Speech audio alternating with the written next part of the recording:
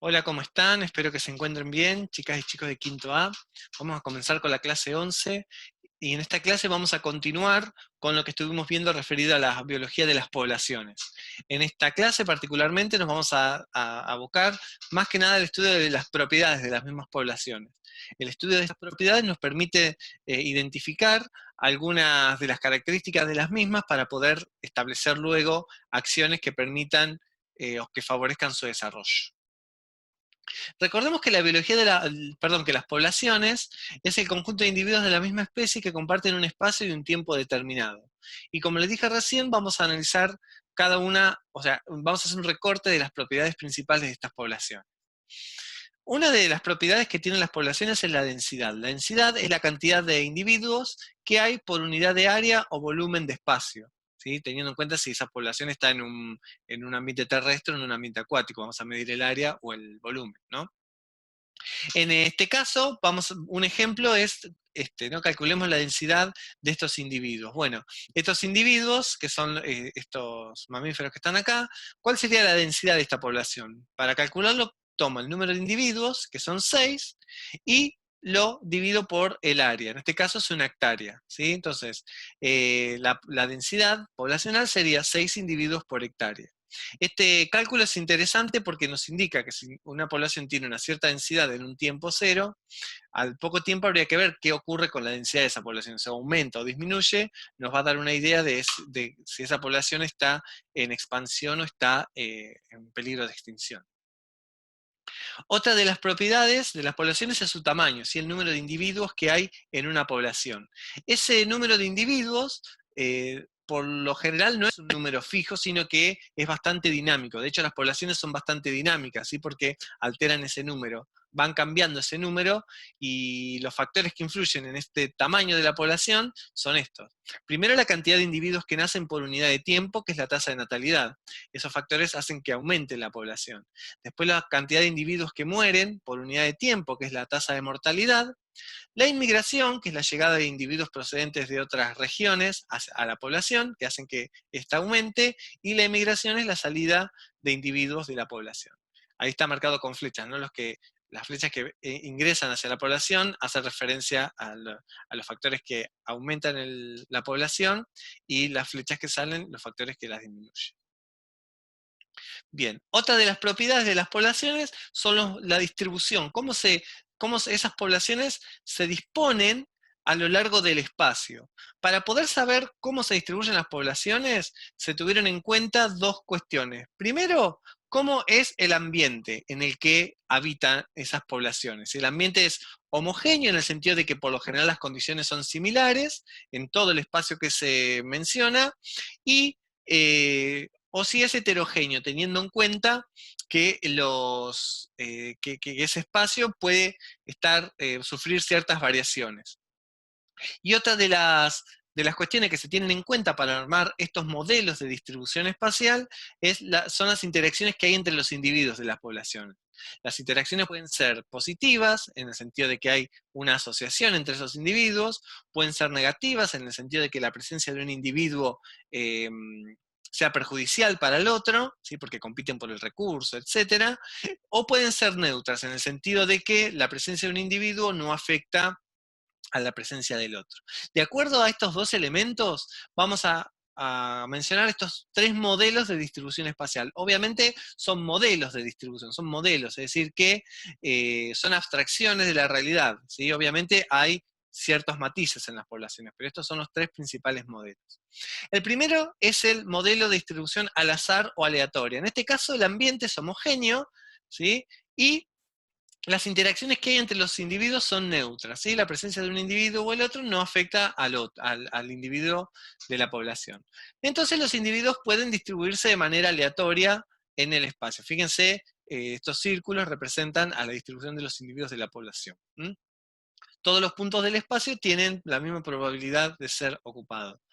Esto puede ocurrir, por ejemplo, con los leopardos, con algunos mamíferos que se encuentran en selvas o en sabanas, que son los predadores por lo general, que tienen estos modelos de distribución al azar.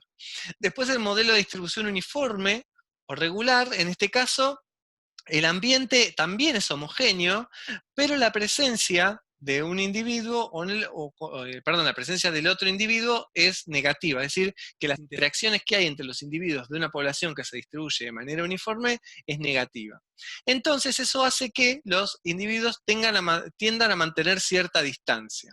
Un ejemplo es muy típico con los árboles, ¿sí? Los árboles establecen ciertas distancias a través de la liberación de inhibidores de la germinación, ¿sí? De los vecinos. Entonces, eso hace que mantengan una cierta distancia entre ellos. Eso ocurre también en las poblaciones de aves, los pelícanos cuando ponen los nidos, tienen una cierta distancia regular entre ellos, lo que nos da una idea de una distribución uniforme o regular. El otro de los modelos de distribución, es por ahí el más común en la naturaleza, es el agrupado contagioso.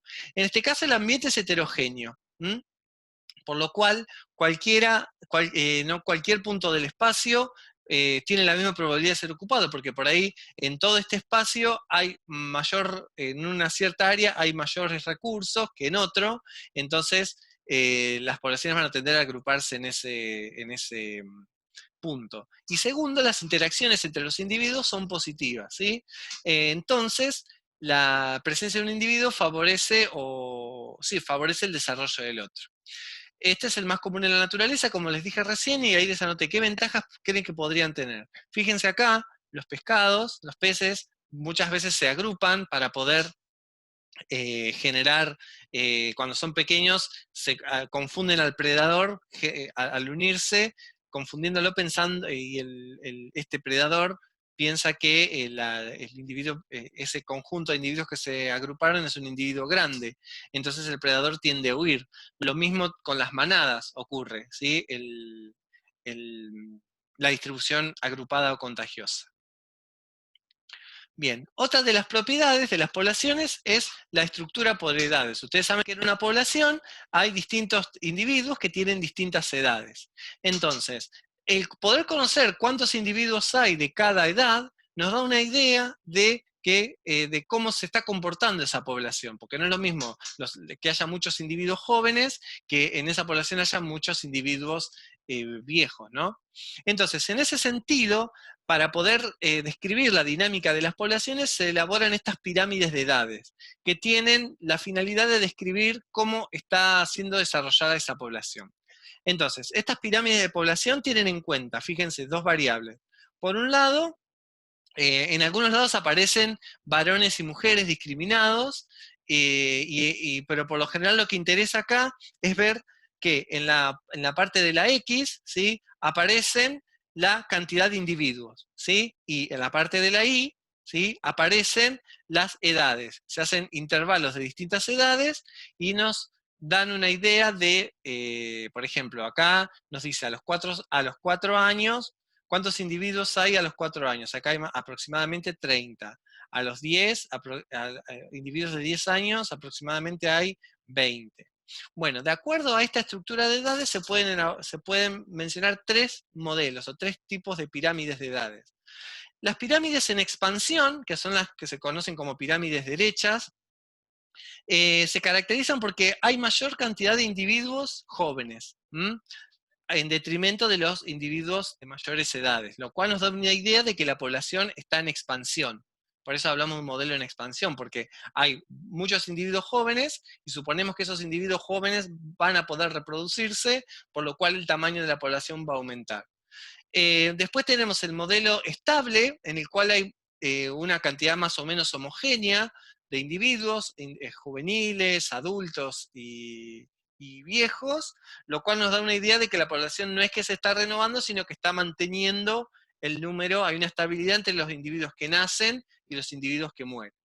Y después las pirámides en decadencia, que por lo general se las conoce como pirámides invertidas, en las cuales, fíjense, hay mayor cantidad de individuos viejos en detrimento de los jóvenes, ¿sí?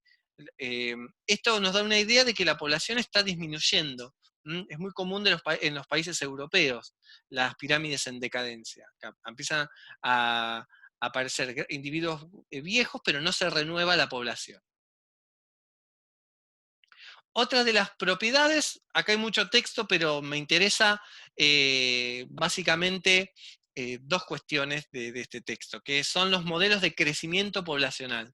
Nosotros podemos, en base a todo lo que estuvimos viendo, poder determinar si esa población, cómo está creciendo esa población, si está creciendo de manera rápida o continua, o si hay una regulación en el crecimiento de la población.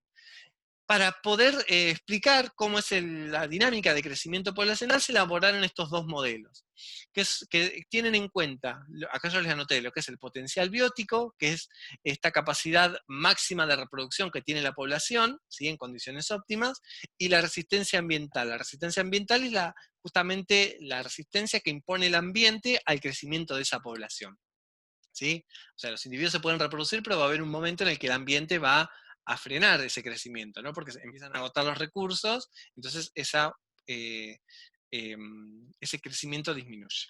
Entonces, de acuerdo a eso vamos a tener dos grandes modelos de crecimiento. Este modelo de crecimiento que se llama exponencial, que corresponde a un tipo de crecimiento continuo de las poblaciones, y las cuales solo se tiene en cuenta el potencial biótico, solo se tiene en cuenta esa capacidad máxima de la población. Entonces, la población crece de manera constante a lo largo del tiempo, a intervalos constantes. Entonces, fíjense cómo va aumentando el número de individuos y no para, no para. Entonces empiezan a consumir todos los recursos. Este es muy común, este modelo de crecimiento es muy común de los insectos, de las plagas. Las plagas cuando encuentran un ambiente, cuando invaden un espacio, los invasores, no encuentran resistencia, ¿sí? No encuentran competidores. Entonces empiezan a reproducirse, a reproducirse, a reproducirse, y eso hace que aumenta el número de individuos rápidamente, ¿sí? Lo cual en las poblaciones, en las vecinas, genera grandes problemas. Es muy común de las plagas. Y después tenemos el modelo de crecimiento que es el más común, el logístico. En este caso, tenemos en cuenta el potencial biótico, pero también la resistencia del ambiente. Acá la población va creciendo de manera exponencial, pero llega un momento en el que el ambiente impone condiciones que hace que la población se estabilice, ¿sí? La población empieza a detener su crecimiento, empieza a mantener el número de individuos. Esto es muy común, el ejemplo más común de crecimiento logístico es el de las presas y los predadores. Entonces, fíjense, por ejemplo, empieza a aumentar el número de predadores, ¿sí? Porque acá, pensemos en los predadores, se comen a las presas, se comen a las presas, se comen, entonces se reproducen, se comen a las presas, pero hay un momento en el que las presas empiezan a disminuir, porque se están comiendo todas las presas. Entonces, esa es la resistencia ambiental para esta población.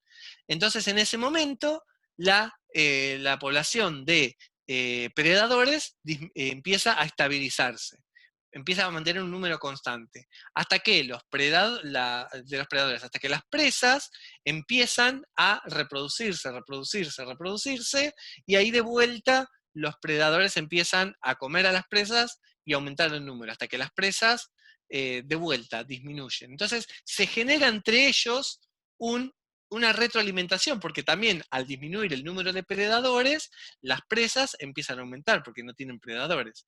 Entonces, esa es un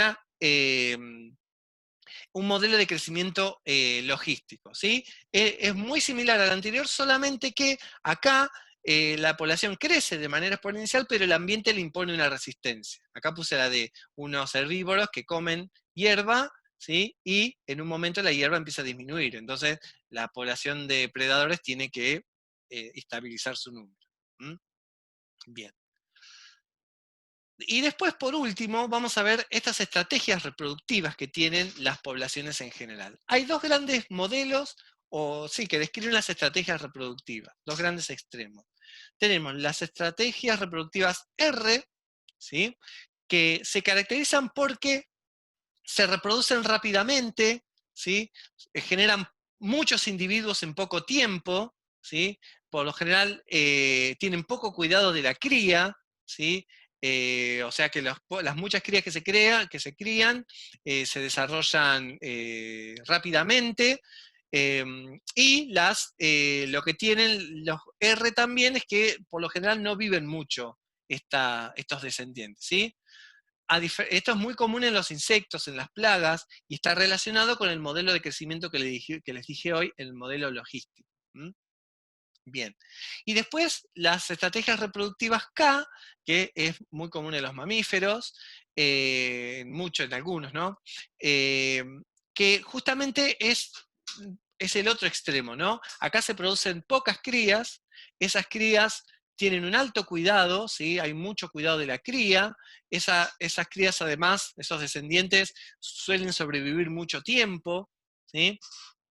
Y además, lo que tienen los estrategas K es que viven en ambientes más bien estables, ¿sí? Por eso se pueden establecer y generar un cuidado de la descendencia, esa descendencia vive mucho tiempo. A diferencia de los estrategas R, que por lo general viven en ambientes que van cambiando permanentemente, ¿sí? Por eso que las plagas aparecen en un ambiente que cambia permanentemente, ¿sí?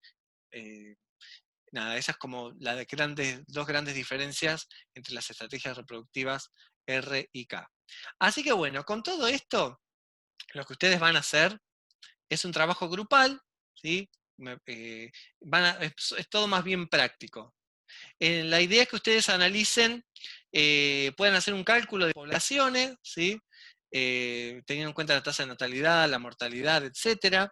Después, analizar 3 pirámides poblacionales y decir si están en crecimiento, si están en expansión, si están en decadencia, qué diferencias hay entre cada una de ellas. Después acá tienen una imagen en la cual, 3 imágenes, y ustedes tienen que determinar si los modelos de distribución de cada una de estas poblaciones, y finalmente van a tener un video referido a una población de organismos, que es la población de los mosquitos Aedes aegypti, que portan el virus del dengue, por lo cual van a trabajar un poco de eso, relacionar todo lo que vimos sobre los modelos de crecimiento, sobre las estrategias reproductivas, en base a este caso. Y después les dejo información extra para completar el punto 4.